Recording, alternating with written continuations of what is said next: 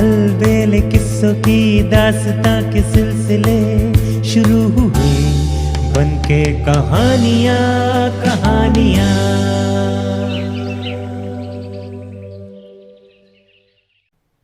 आइए सुनते हैं आज की कहानी। आज की कहानी है काभर का विवाह। एक किसान दाजी अपने 4 पुत्र बहुओं के साथ में रहता था। उनका जीवन कृषि कार्य पर ही आधारित था। चारों पुत्रों के घर कोई संतान नहीं थी। रोजाना की तरह किसान अपने पुत्रों के साथ अल सुबह से कृषि कार्य हेतु खेत में चला गया। चारों पुत्रों ने अपनी धर्मपत्नियों को भोजन समय पर लेकर खेत में आने को कह दिया। इधर खेत में चारों पुत्र खेती कार्य में जुट गए, उधर घर पर चारों बहुएं भी मिलजुल कर गृह कार्य में जुट गई। भोजन बनाकर अपने ससुर व पतियों हेतु तैयार करके खेत में रवाना हो गई। खेत में भोजन देने जाते समय बीच रास्ते में उन्हें सीधे साधे 4 हाथी बैठे ठाले मिले। उनको देखकर सबसे छोटी बहू ने कहा, मेरी बहनों, मुझे तो ये चारों हाथी भोले भाले दिखते हैं, क्यों न हम इन पर थोड़ी देर सवारी करके आनंद ले लें, खूब मजा आएगा। इस पर दूसरी बहू बोली, ओ बहनों, हम नहीं इन पर बैठते, इन पर सवारी करने में हमें खेत में जाने में देर हो जाएगी। एक तो पहले से ही गृह कार्यों में हमने देर कर दी, वहां खेत में अपने पति व ससुर जी भोजन हेतु हमारी राह ताक रहे होंगे। चारों में छोटी बहू बुद्धिमान थी। उसने पुनः समझाया, बहनों, हाथियों पर तो राजा महाराजा सवारी करते हैं। आज अपने नसीब से वे सामने आ गए हैं, तो हमें ऐसा मौका गंवाना नहीं चाहिए। थोड़ी देर में ही तो हम सवारी करके वापस उतर जाएंगे। विलंब होने का कोई बहाना बना लेंगी। आपस में बातें करके चारों बहुएं फिर बैठे हाथियों पर बैठ गईं तथा सवारी जैसे हिल डुलकर मजे लेने लगी। वह खूब हंसने लगी। उन पर हिलने डोलने से वे चारों हाथी चारों बहुओं को लेकर खड़े हो गए। वह जंगल में घूम फिरकर वृक्षों के पत्ते खाने में लग गए। वे अब खड़े हाथियों पर से कैसे उतरे? हाथियों ने भरपेट भोजन फूल फल व पत्तों का किया, तब कहीं जाकर पुनः अपने स्थान पर बैठे। चारों बहुएं बहुत घबराते हुए उतरी। वह सोचने लगी, अब तो दोपहरी का समय भी निकल गया, अब तो हमें ज्यादा देर हो चुकी है। इतनी देर से भोजन लेकर पहुंची तो आज चारों की खैर नहीं होगी। चारों भाई खेत में अब तो रस्सी लकड़ियां लेकर हमें पीटने हेतु रास्ता देख रहे होंगे। अब तो छोटी, तू ही कुछ उपाय कर, हमारे दिमागों में तो गोबर भरा है। तब छोटी ने एक योजना बनाकर कहा, बहनों, पहले तो पास के नाले में से कोई पक्षी पकड़ना होगा, तत्पश्चात पूरी योजना बताऊंगी, जिससे हम अपने पतियों की मार से बच जाएंगे। ऐसा कहकर छोटी बहू पास के नाले में सूखी रेत पर एक रोटी के टुकड़े करके डाले तो बहुत सारे पक्षी उन्हें खाने आ गए। तब छोटी के कहे अनुसार चारों ने एक बड़े कपड़े को पकड़कर एकदम से उन रोटी खाते पक्षियों पर डाला तो सब पक्षी उड़ गए, लेकिन एक काभर पक्षी का बच्चा पकड़ में आ गया। मतलब उनका काम हो गया। तब उन्हें छोटी बहू ने कहा, बड़ी भाभियों यानी मेरी जेठानियों, आप बड़ी बड़ी दोनों इस काभर के बच्चे को छुपाकर घर ले आओ। घर जाकर बड़ी भाभी को तू प्रसूता स्त्री की भांति आड़ करके सुला देना तथा खूब नहला धुलाकर इस काभर बच्चे को एक पिंजरे में सुला देना तथा उसे भी आटा पानी कुल्हड़ियों में खाने को रख देना। खूब पानी ला लाकर आप अकेली बहा, ताकि सबको लगे कि घर में किसी बच्चे का जन्म हुआ है। इस बच्चे को किसी को भी दिखाना नहीं, वरना पोल खुली तो और अधिक मार खानी पड़ेगी। हम दोनों छोटी अभी खेत में सबको रोटी दे आती हैं। ऐसा समझा बुझाकर छोटी बहू ने अपनी दोनों बड़ी जेठानियों को उस काभर के साथ घर भेज दिया एवं स्वयं अपनी छोटी जेठानी के संग भोजन देने खेत में गई। इधर खेत में चारों भाई भूखे मारे क्रोधित होकर आग बबूला हो रहे थे। उनकी हालत मुरझाए पौधों की तरह हो गई थी। चारों ने दोपहर के बाद ही कृषि कार्य बंद करके हाथों में रस्सियां व लकड़ियां ले ली एवं एक वृक्ष के नीचे अपनी पत्नियों की बाट जोहने लगे कि भोजन लाने में शाम हो रही है। इतनी देर से आने हेतु पहले तो चारों अपनी पत्नियों को पीटेंगे, फिर उन्हें लताड़ेंगे। राह तकते तकते उन्हें दो भाइयों की पत्नियां भोजन लाते दिखी तो उनके पति उन्हें लकड़ियां लेकर खेत की सीमा पर ही उन्हें पीटने दौड़े। छोटी बहू ने उन्हें दूर से ही लताड़ा। बेवजह हम पर क्यों क्रोधित हो रहे हो? वहां घर पर आपकी बड़ी भाभी जी को लड़की पैदा हुई है। प्रसव होने में हमें खूब पानी लाना पड़ा व अन्य काम भी बहुत बढ़ गया। वहां हम दिन भर काम करके परेशान थी। बड़ी भाभी जी को छोड़कर कैसे आते? लो अब भोजन करो। और हम क्या काम करें बताओ? जब उन्होंने घर में कन्या रत्न आने की बात सुनी तो चारों का गुस्सा काफुर हो गया। उन्होंने उनको उल्टा तत्काल घर भेज दिया कि घर जाओ, वहीं लड़की व भाभी की देखभाल में रहना और काम करना। हम सब भी जल्द आएंगे, यहाँ का कार्य हम सब कर लेंगे। ऐसा सुनकर दोनों छोटी बहुएं घर आ गईं। घर में छोटी बहू ने तीनों को हिदायत दी कि काभर कन्या को कोई देखने को कहे तो कहना कि कन्या का जन्म ऐसे मूल नक्षत्र में हुआ है कि उसका मुंह सबसे पहले उसकी शादी के बाद उसका पति दिखेगा। उसके मुंह दर्शन के बाद वो अगर चाहे तो अन्यों को अपनी धर्म पत्नी का सुंदर सा मुखड़ा दिखा सकता है, कोई जबरन नहीं देख सकता है। ऐसी बात है तो फिर रहने दो उसे पर्दे में। हम तो इसी में खुश हैं कि अपने घर किसी पुण्य से कन्या रत्न आ गया, किसान सहित चारों पुत्रों ने कहा। इधर प्रतिदिन दोपहर तक तीनों बहुओं का एक ही काम पनघट से पानी लाना और काभर के साथ नहाना धोना। स्नान आदि में इतना पानी बहाती थी कि वह बहता हुआ गली मोहल्ले में से राजमहल के सामने से बहने लगा। पानी बहते बहते दिन महीने व साल 2 साल गुजरने लगे।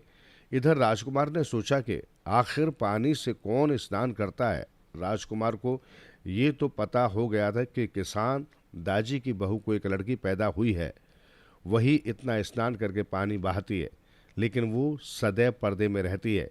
किसी ने भी उसे नहीं देखा है, यानी वो अप्सरा या परी जैसी सौंदर्य से ओतप्रोत होगी। राजकुमार की मानसिकता थी कि वो सुंदर होगी, तभी तो इतनी देर नहाती है, किसी की नज़र भी लगने नहीं देती है। राजकुमार को ये सब देखते देखते 4, 8, 12 वर्ष बीत गए। तब तक उससे किसान पुत्री के दर्शन नहीं हुए। पुत्री होती तो होते, वो तो काभर थी।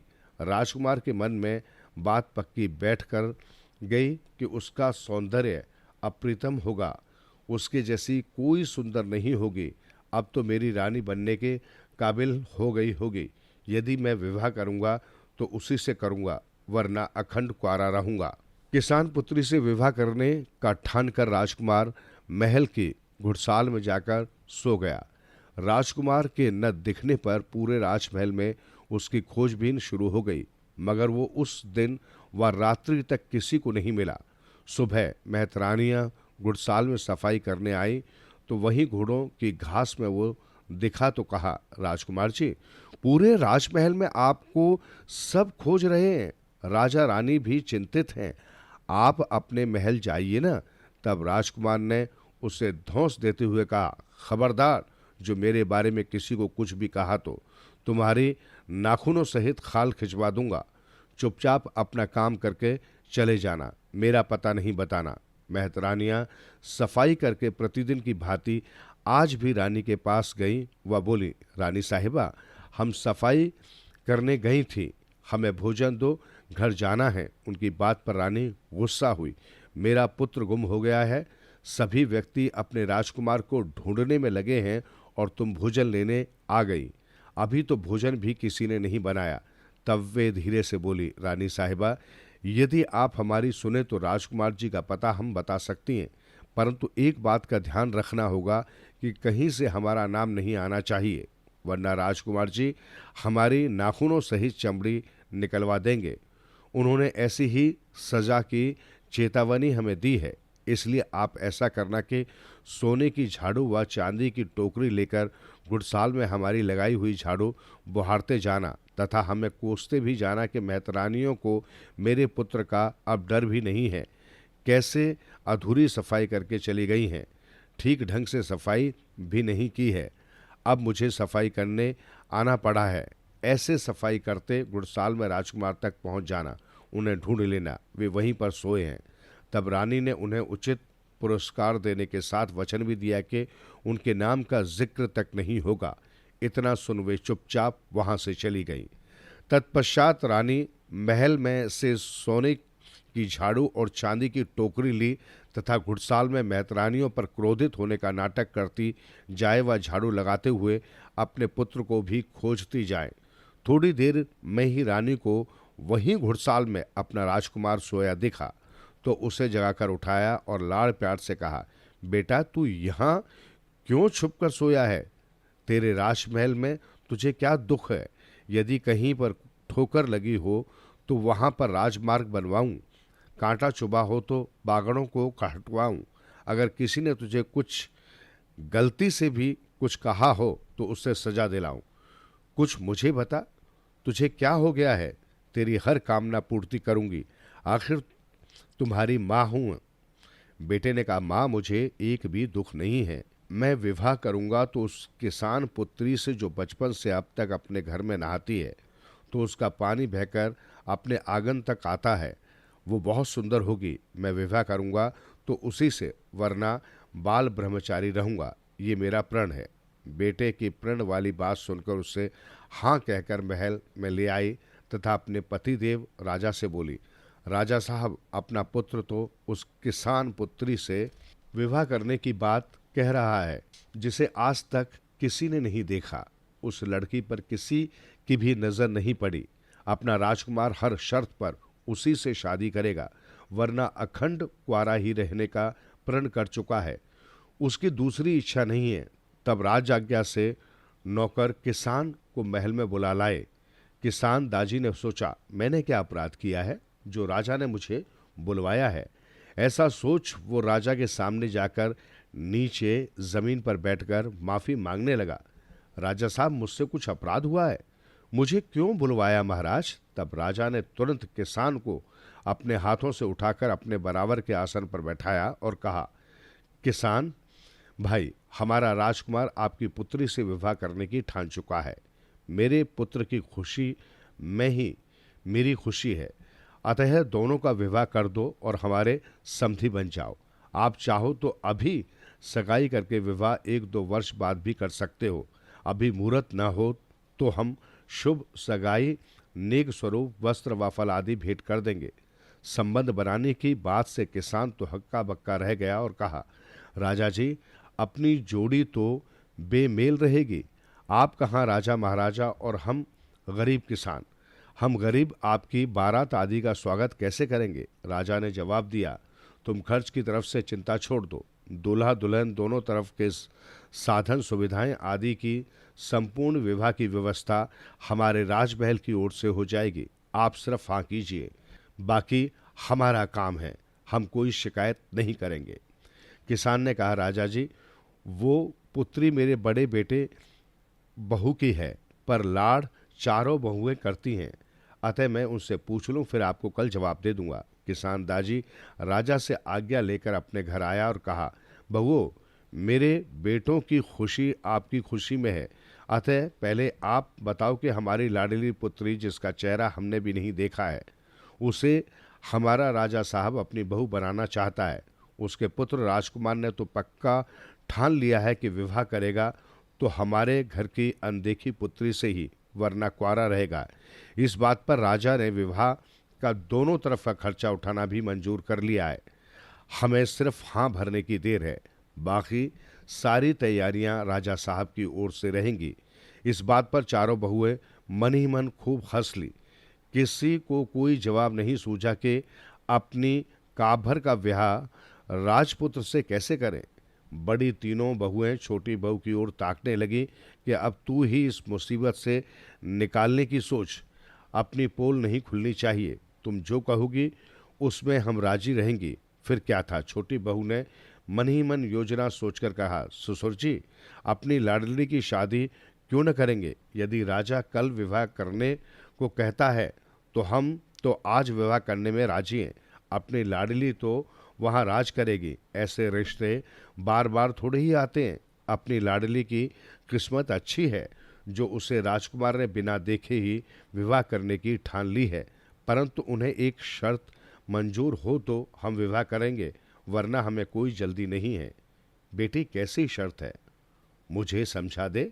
तू ही घर में सबके बिगड़े काम करती है, सब तेरी सलाह से ही सही कार्य हो जाते हैं। ससुर ने भी उसे तवज्जो दी। इस बात पर अन्य तीनों बहुएं भी खुश हो गईं।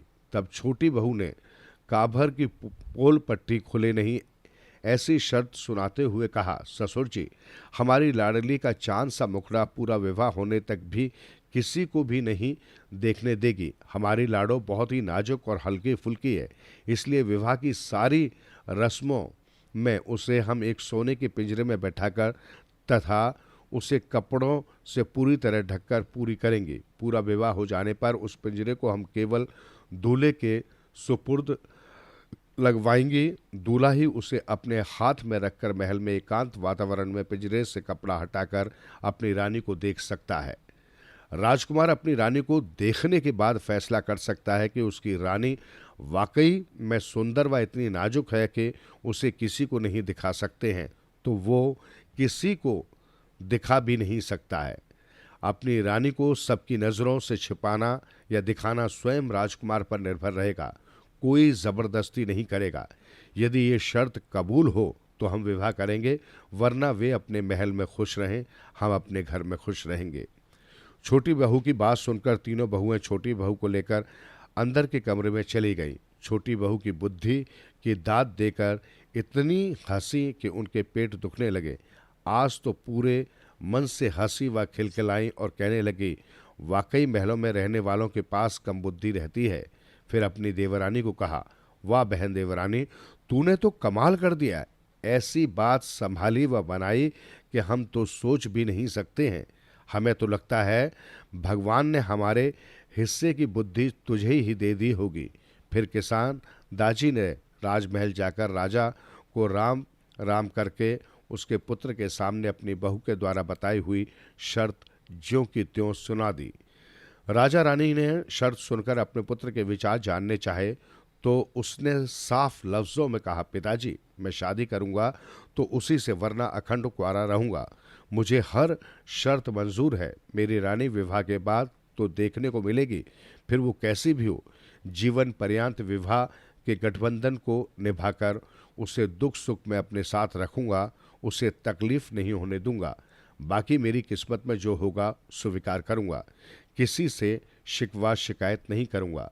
अगर वो सबके सामने नहीं जा सकती है तो उसे मेरे निजी कक्ष में ही रखूंगा, उसकी हर इच्छा को पूरा करता रहूंगा। ये कहकर राजकुमार ने वचन दिया। ये एक राजकुमार का वचन है, टूटने नहीं दूंगा। पति पत्नी का रिश्ता सदैव निभाऊंगा। राजकुमार द्वारा कही बातें और वचन को सुनकर किसान दाजी ने विवाह की हामी भर दी। किसान की हामी के बाद ही राजा ने राजपुरोहित से विवाह का उचित मुहूर्त निकलवाया तथा दूल्हा दुल्हन दोनों तरफ की पूरी जिम्मेदारी संभाली तथा तैयारियां की। पूरे नगर में राजा के विवाह का माहौल हो गया।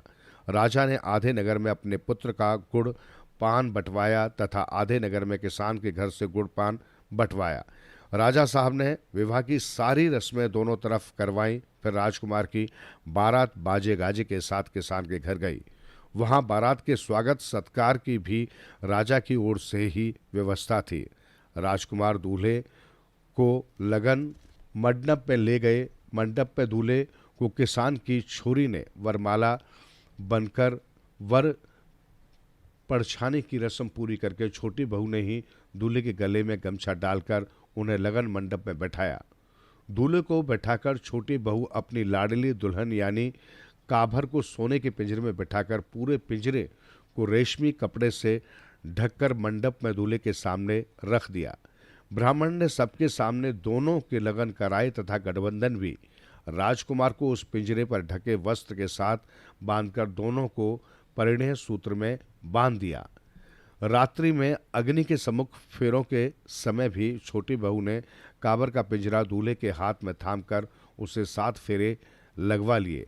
तब छोटी बहू ने अपनी जेठानियों के साथ मिलकर अपनी पाली हुई काबर बिटिया को भावभीनी विदाई दी और खूब रोई। विदाई होने के बाद छोटी बहू ने राजकुमार दूल्हे को उसकी रानी यानी काभर का पिंजरा देते हुए शर्त की भी याद दिलवा दी कि एकांत में अपनी रानी को देखना व उचित समझो तो ही सबको दिखाना, वरना जीवन भर उसकी सेवा करते रहना। दूल्हा फिर से वचन देकर अपनी बारात के साथ वापस अपने महल हेतु रवाना हो गया तथा मन ही मन गुब्बारे जैसा फूलने लगा। आखिर में उसी की जीत हुई। जो उसने चाहा उसी के साथ में विवाह करके ही दम लिया। अपनी रानी की सुंदरता की कल्पनाएं कर करके खुश होने लगा। इधर चारों बहुएं सोचने लगी, राजा व राजपुत्र कैसे मूर्ख होते हैं जो बिना देखे परखे ही विवाह जैसे बड़े बड़े कार्य भी कर लेते हैं। कुछ सोचते विचारते भी नहीं कि वो जो कार्य कर रहे हैं वो कितना सही है। परंतु अब हम भी क्या करें? यदि उनकी किस्मत में ही काभर पक्ष के साथ विवाह करना लिखा है तो राजकुमार सौंदर्य की कल्पनाएं करते हुए अपने महल में पहुंचा तथा अपनी रानी को देखने हेतु अपने निजी कक्ष में ले गया। अंदर से दरवाज़ा लगाने के बाद मैं सोने के पिंजरे से बड़ी आहिस्ता से कपड़ा हटाकर जब अपनी नई नवेली दुल्हन रानी को देखा तो उसके पैरों के नीचे से मानो जमीन खिसक गई हो। अपना सिर उसी पिंजरे से पीट लिया व माथे को हाथ लगाकर बैठ गया और मन ही मन पछताने लगा। हे भगवान, ये क्या हो गया मेरे साथ? दुल्हन की जगह काभर से विवाह कर लाया। अब तो मैं किसी को कह भी नहीं सकता, न ही अपनी काभर रानी को किसी को दिखा सकता हूँ, वरना मेरी जिद की पोल खुल जाएगी। मैंने खुद से अपने पैरों पर कुल्हाड़ी मारी है। अब इस राज को राज ही रहने देने में लाभ है। अगर किसी को भी मन की बात बताई तो ये बात पूरे राज्य में आग की तरह फैल जाएगी और मेरी मूर्खता की हंसी उड़ेगी। अब तो इसी के साथ जीना होगा, क्या करूं? बड़े व्यक्तियों की मुसीबतें भी बड़ी होती हैं। जो भी हुआ सब मेरे कारण हुआ। अब भुगतना ही है, किस्मत समझकर भी व प्रायश्चित समझकर भी। उस दिन से राजकुमार ने काभर को ही अपनी रानी समझकर उसका पिंजरा अपने निजी कक्ष में टांग दिया तथा रोजाना उसे आटा सत्तू घोलकर खिलाए व एक कटोरी में पीने को पानी भी रख दे। यदि राजकुमार कभी किसी कारणवश बाहर जाए तो अपने कक्ष के दरवाजे को ताला लगाकर ही जाए। उस कमरे में राजकुमार अपने पलंग पर सोता था तथा रानी काभर अपने पिंजरे में रहती थी। काभर को देख देख कर राजकुमार अपनी जिद को कोसता रहता था कि मैंने ऐसी जिद क्यों की। अपने बड़े बूढ़ों से भी राय नहीं ली। काभर के साथ रहते रहते 2-4 साल बीत गए। अभी तक किसी ने भी राजकुमार की रानी को नहीं देखा।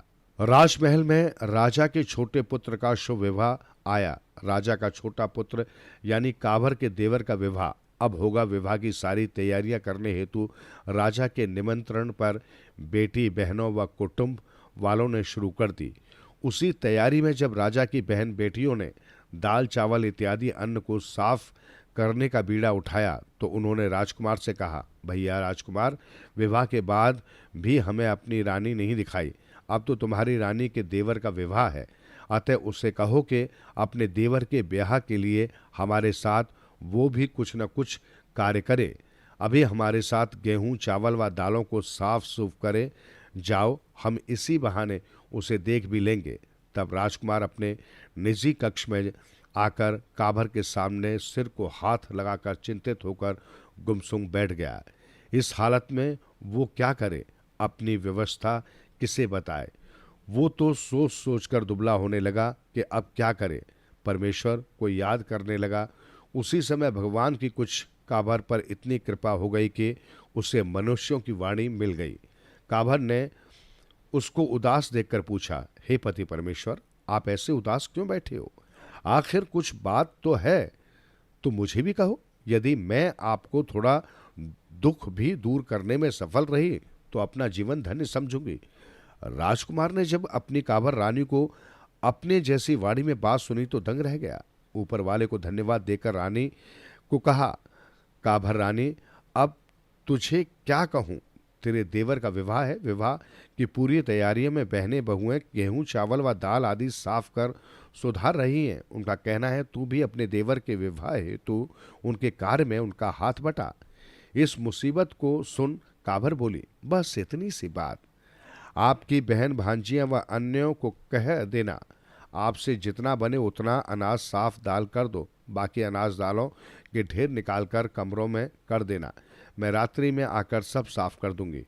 राजकुमार ने बाहर आकर सबसे कह दिया, तुम्हें जितना सुधारना हो सुधारो, बाकी अनाज व दालों के ढेर यहीं पर अलग अलग कर देना, जितना भी अन्न साफ करवाना हो इसी हॉल में रख देना, मेरी रानी रात्रि में आकर सारा कार्य कर जाएगी। शाम होते ही बहन बेटियों ने अनाज दालों के ढेर कर दिए और सभी जन सो गए।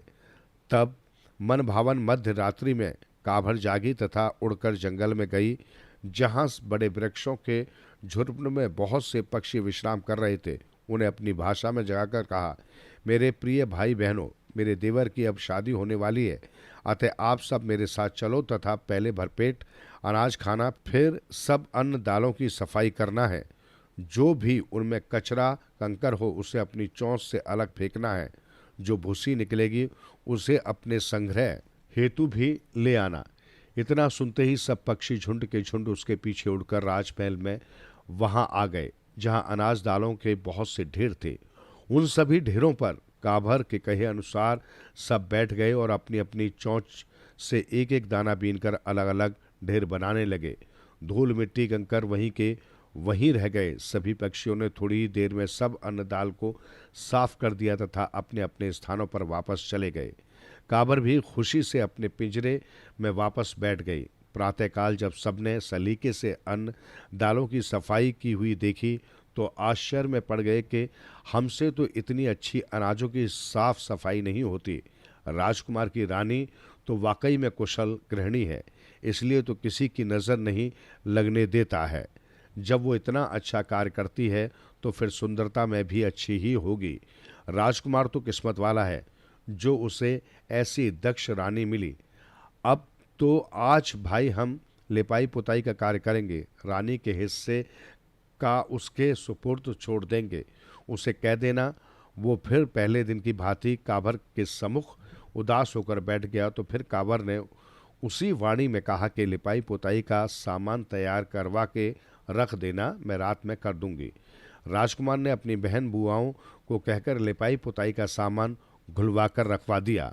रात्रि में पुनः काबर अपने सगे संबंधियों यानी पक्षियों को जंगल से बुला लाई व सारी लिपाई पुताई करवा ली।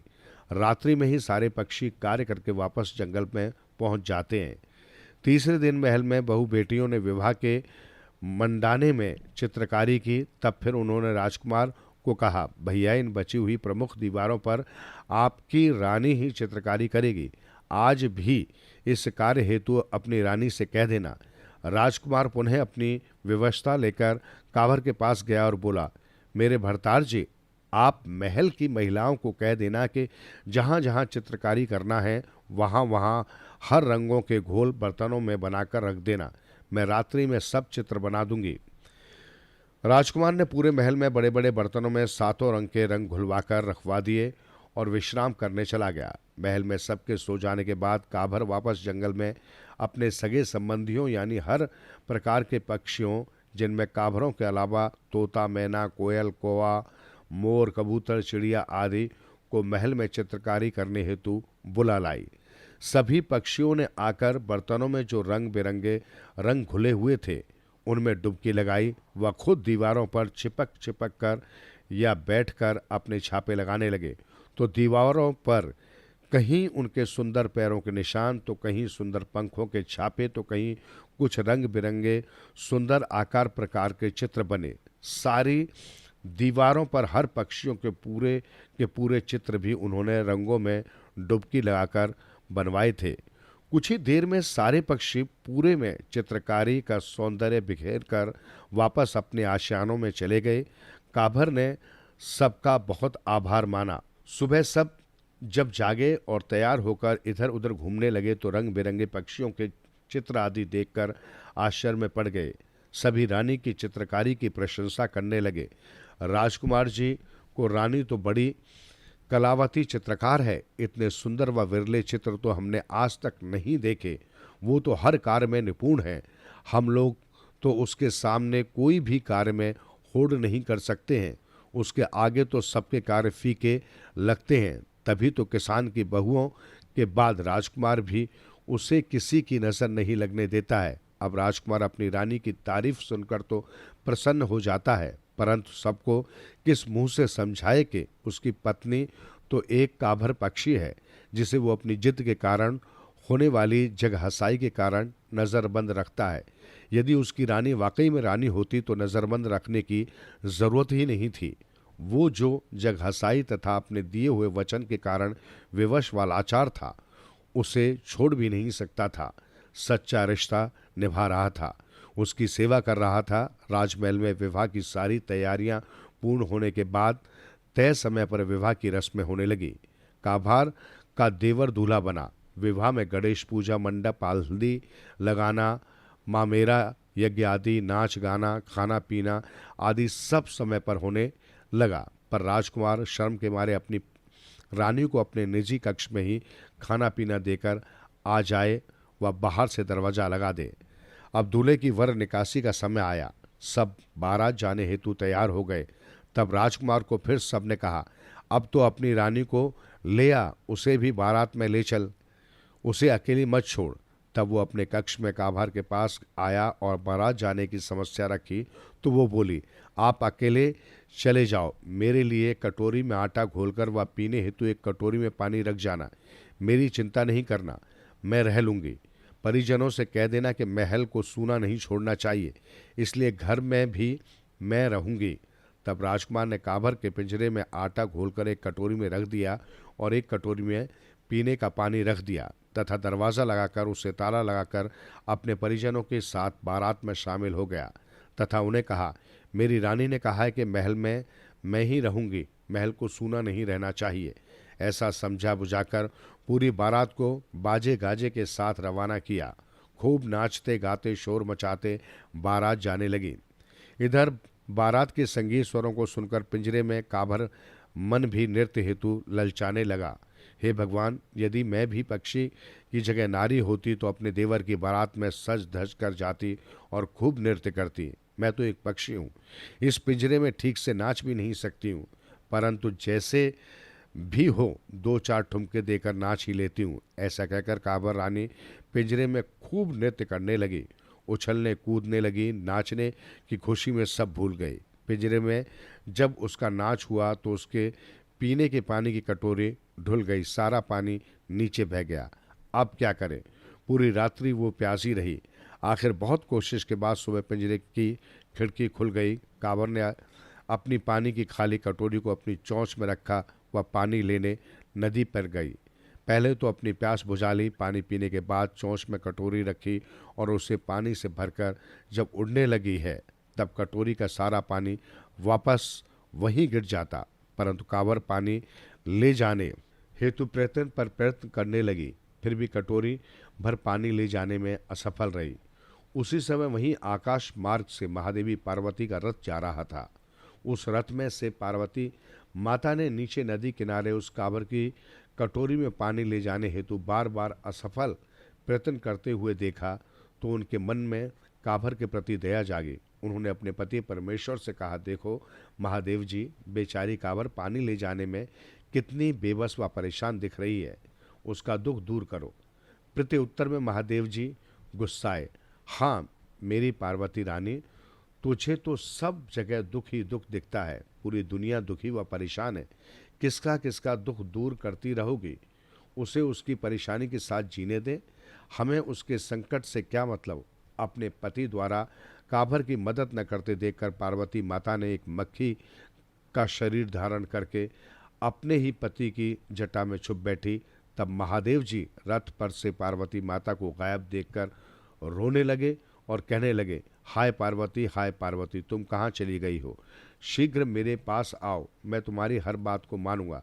तब पार्वती माता पुनः अपने दैवीय रूप में महादेव जी के वाम भाग में प्रकट हो गई तथा बोली, देखो प्राणनाथ जी, मैं थोड़ी देर क्या गायब हो गई, आप तो मेरे दुख में हाय पार्वती कहकर मुझे पुकारने लगे, तो उस काबर का दुख कितना भारी होगा।